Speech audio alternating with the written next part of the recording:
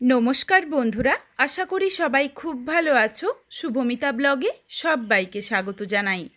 আজকে তোমাদের সাথে শেয়ার করব সজনে শাকের এক অপূর্ব রেসিপি।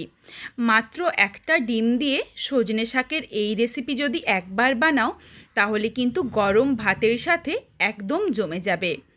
নতুন ধরনের এই রেসিপিটা মাত্র ঘরোয়া কয়েকটা উপকরণ দিয়েই তোমরা বানিয়ে নিতে পারো, আর রেসিপিটা খেতেও হবে দুর্দান্ত এবং স্বাস্থ্যকর। তবে বন্ধুরা, রেসিপিটা বাড়িতে অবশ্যই একবার হলেও বানিও, তারপর আমায় কমেন্ট করে জানিও রেসিপিটা তোমাদের কেমন লাগলো। তাহলে চলো বন্ধুরা, রেসিপিটা দেখে নেওয়া যাক।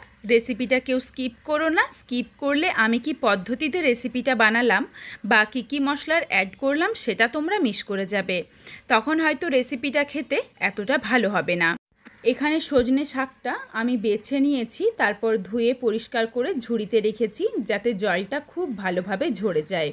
এরপর থালাতে আমি কিছু সবজি কেটে ধুয়ে পরিষ্কার করে নিয়েছি মাঝারি সাইজের একটা আলু, দুটো কাঁচা লঙ্কা চিড়ে নিয়েছি, প্রায় 8-10 কোয়ার মতো রসুন কুচি করে নিয়েছি, আর বড় সাইজের একটা পেঁয়াজ কুচি করে নিয়েছি। এরপর এখানে আমি একটা ডিম ফাটিয়ে নিলাম।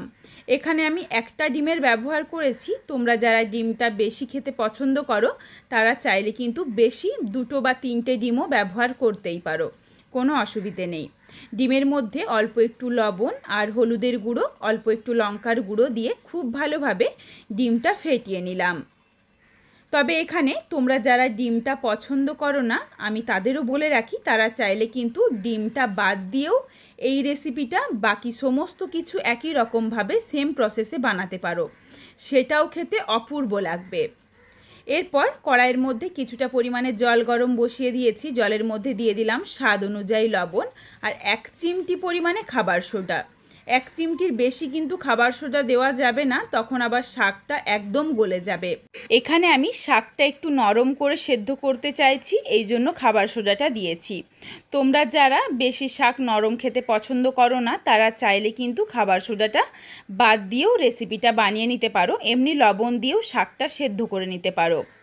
তবে 1 চিমটি খাবার সোডা দিয়ে দিলে খুব সহজেই শাকটা সেদ্ধ হয়ে যায়, প্রায় 2 থেকে 3 মিনিটের মধ্যেই। আর এমনি যদি শাকটা সেদ্ধ করো তখন কিন্তু বেশ অনেকটা সময় লাগে। এটুকু খাবার সোডার মধ্যেই দেখো সুন্দরভাবে শাকটা সেদ্ধ হয়ে গেছে। শাকটা একটু আমি তোমাদের চেপে দেখিয়ে দিই। শাকটা দেখো সুন্দরভাবে সেদ্ধ হয়ে গেছে, অথচ গলে যায়নি। এই জন্যই বললাম অল্প খাবার সোডা দিও। বেশি খাবার সোডা দিলেই কিন্তু একদম গলে যাবে, সেই ক্ষেত্রে রেসিপিটা একদমই ভালো লাগবে না। শাকটা সেদ্ধ হয়ে যাওয়ার পর দিয়ে দিচ্ছি অল্প পরিমাণে চিনি, কারণ সজনে শাকের মধ্যে একটু তেতো ভাব থাকে, কিন্তু সামান্য যদি একটু চিনি দিয়ে দেওয়া হয় তাহলে আর এই তেতো ভাবটা থাকে না। শাকটা তো সেদ্ধ হয়ে গেছে, আর ঢাকনা দেওয়ার দরকার নেই। ঢাকনা ছাড়াই কড়াইয়ের মধ্যে চারিদিকে একটু ছড়িয়ে ছড়িয়ে গ্যাসের ফ্লেমটা হাইতে করে ভালোভাবে জলটাকে শুকিয়ে নিয়েছি। এরপর শাকটা তুলে রাখলাম। কড়াইটা ধুয়ে পরিষ্কার করে নিয়েছি। কড়াইয়ের মধ্যে দিয়ে দিচ্ছি একটা শুকনো লঙ্কা, লঙ্কাগুলোকে একটু ছোট্ট ছোট্ট করে টুকরো করে দিয়ে দিলাম। এখানে তোমরা যদি ঝালের পরিমাণটা আরও বেশি খাও সেই ক্ষেত্রে তোমরা আরও একটু শুকনো লঙ্কা দিতে পারো, আর যারা ঝালটা বেশি খেতে পছন্দ করো না তারা কিন্তু একদম অল্প লঙ্কা দিয়েও রেসিপিটা বানাতে পারো। তবে অবশ্যই একটু শুকনো লঙ্কা দিও, তাহলে সুন্দর একটা ফ্লেভার আসবে রান্নাটার মধ্যে।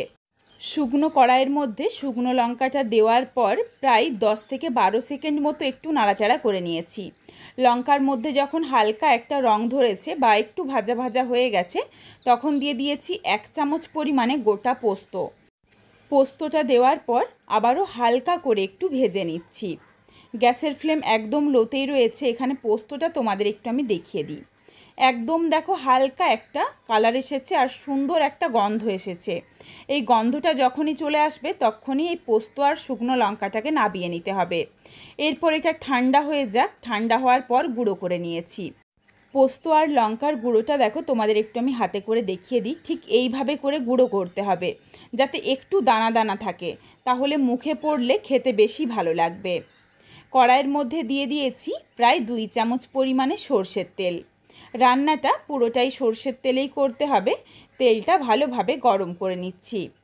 তেলটা গরম হয়ে গেছে, এরপর এর মধ্যে দিয়ে দিচ্ছি লম্বা করে কেটে নেওয়া আলু। আলুগুলো দেখো খুব বেশি কিন্তু পাতলাভাবে কাটিনি, একটু মোটা রয়েছে। খুব বেশি পাতলা কাটলে তখন আলুটা ভেঙে যাবে বা একদম মিশে যাবে, সেই ক্ষেত্রে কিন্তু এতটা ভালো লাগবে না। আলুর মধ্যে দিয়ে দিয়েছি স্বাদ অনুযায়ী লবণ, এরপর নাড়াচাড়া করে মিশিয়ে কিছুক্ষণ ঢাকা চাপা দিয়ে আলুটা ভেজে নিচ্ছি।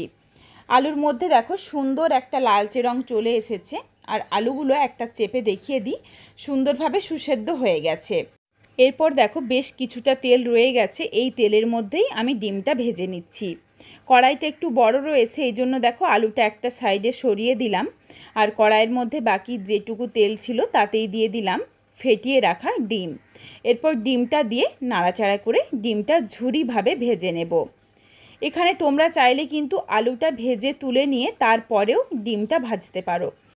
এখানে কড়াইটা বড় রয়েছে, এই জন্য কিন্তু আমি আর এটা করলাম না। ডিমগুলো দেখো আমি খুন্তিতে করে একটু কেটে কেটে ঝুরি করে ভেজে নিয়েছি। এরপরে ডিম আর আলু ভাজাটা তুলে রেখে দিচ্ছি। ডিমের মধ্যে দেখো কোনো রকম কিন্তু কালার আসেনি, ডিমটা শুধুমাত্র জমে গেছে, তারপরেই তুলে নিয়েছি। বেশি লালচে করে ডিমটা ভাজা যাবে না। এরপর ওই কড়াইয়ের মধ্যে দিয়ে দিলাম আবারও প্রায় 1 থেকে 2 চামচ পরিমাণে সর্ষের তেল। তেলটা গরম হয়ে গেছে, ফোড়নে দিয়েছি শুকনো লঙ্কা আর অল্প একটু গোটা জিরে। এখানে তোমরা যেই ফোড়ন খেতে পছন্দ করো চাইলে সেই ফোড়নটাও দিতে পারো। ফোড়নটা থেকে যখন সুন্দর একটা গন্ধ এসেছে, এরপর দিয়ে দিলাম রসুন কুচি আর চেরা কাঁচা লঙ্কা। কাঁচা লঙ্কা আর রসুনটা দিয়ে একটু নাড়াচাড়া করে নিয়েছি। যখন একদম হালকা একটা কালার এসেছে, তারপর দিয়ে দিয়েছি পেঁয়াজ কুচি। পেঁয়াজটা দেওয়ার পর গ্যাসের ফ্লেমটা হাইতে করে দিয়েছি। গ্যাসের ফ্লেমটা হাইতে রেখে নাড়াচাড়া করে পেঁয়াজটাও একটু লালচে রং ধরিয়ে ভেজে নেব। অনবরত নাড়াচাড়া করতে করতেই দেখো পেঁয়াজের মধ্যে একটা রং চলে এসেছে।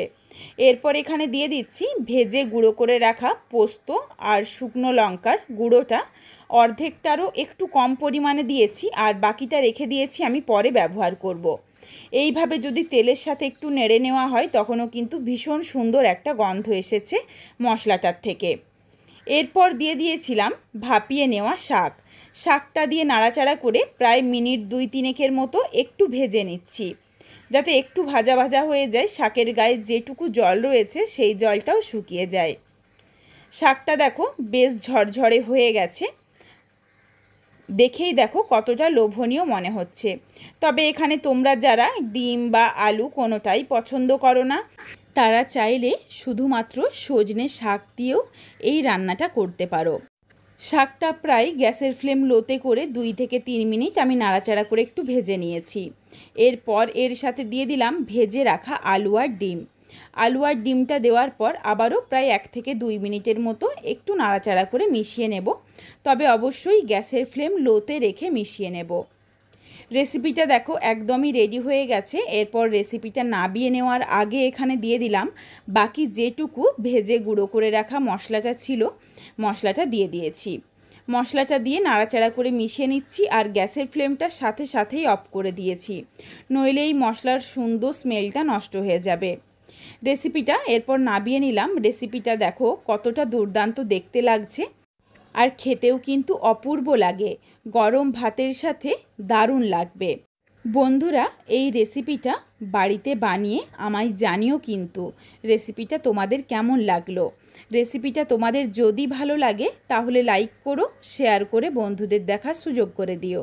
তোমরা যদি এই রকম নিত্য নতুন রেসিপি আরও পেতে চাও তাহলে অবশ্যই আমার চ্যানেলটিকে সাবস্ক্রাইব করে পাশে থাকা বেলটি অন করে অল নোটিফিকেশান অন করে দিও, যাতে আমার প্রত্যেকটা রেসিপির নোটিফিকেশান সববার প্রথমে তোমাদের কাছে পৌঁছে যায়।